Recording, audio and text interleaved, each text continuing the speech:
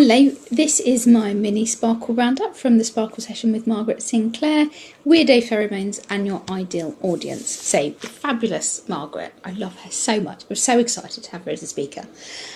Here's my 3 takeaways. So first off, we clarified what we mean when we talk about Weirdo Pheromones. So Sadie actually said it beautifully when she said, well, so I've got to the point in my business and in my career where I can choose who I work with. And I think that's why so many of us set up our own businesses. She said, but there's the good weirdos, there's the people who are bonkers and fascinating and brilliant, and I love spending time with them. They're really energising, and they can be, they're unexpected, but they're absolutely my people, and I'm their kind of people. There's the good weirdos.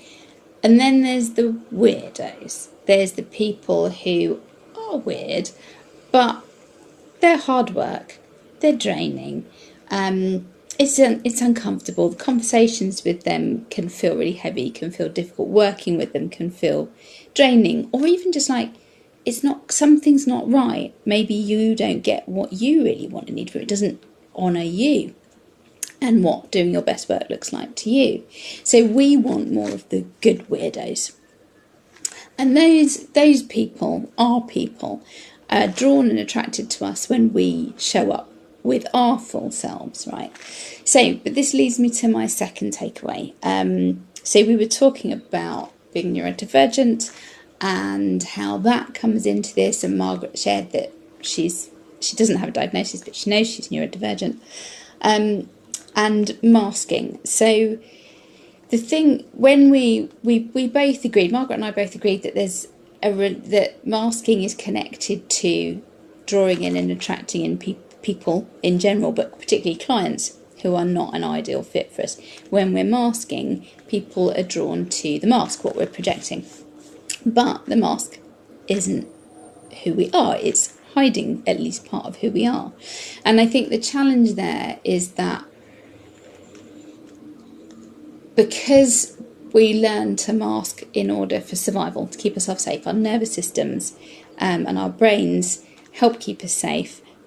Maybe, but by fitting in, by not doing that thing that is gonna cause trouble, not doing that thing that society says we shouldn't do. It's about the shoulds and the shouldn'ts. But it can become like a second skin. It becomes, because it's so deeply embedded, because it's about keeping us safe, because our brain is worrying about the threat, not about having an utterly joyful and fulfilling life. Masking can become like a second skin, and even when you've dismantled some of the bigger, more obvious parts of it, there can be bits of that conditioning that remain, that are kind of residual, and those are the bits where we're more likely to draw in people we can work with, people who want to be, who are attracted to us and want what we are offering, or some of what we're offering, but actually we never get to do our best work. And it's really important to be able to honour the work that we really want to do, and the work that fills us up, and the work that brings us joy, as well as doing work that work helping our clients. Both sides of that are really important.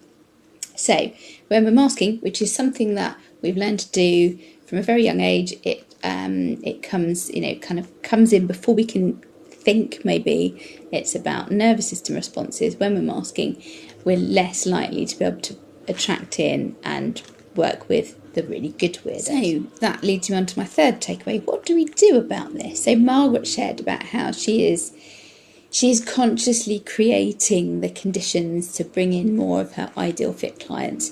She knows who they are, knows when she's in a conversation with the kind of clients she really wants to work with, because it feels different. She feels more energized, it's lighter, it's more bubbly, it's exciting.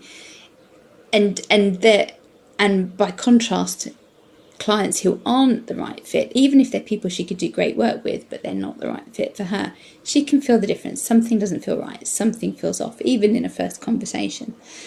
But how do we create that sense for ourselves? So my advice is to start noticing the draining situations, the draining conversation. You probably already know this stuff, but to bring more attention to what's draining, what's happening in this conversation, in this situation, what am I noticing, how am I feeling, is it energizing me, is it draining me, Am I feeling uncomfortable about it? Listen to those nagging voices that say, not sure about this.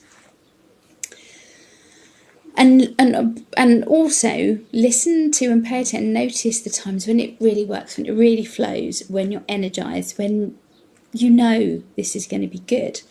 And I think the other thing I'd say about that is, when noticing the discomfort, there can be two reasons that we feel discomfort. One is that it's not right.